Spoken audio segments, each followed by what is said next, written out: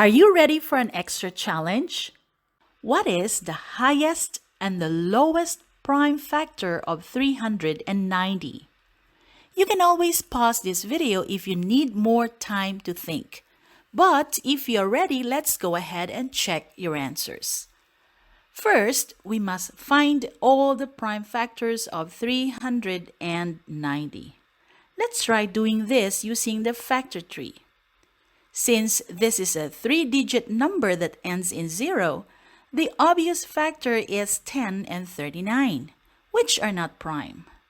10 can still be broken down into prime factors of 2 and 5, while 39 can still be split into prime factors of 3 and 13. Now we have all the prime factors. 390 can be expressed as 2 times 3 times 5 times 13.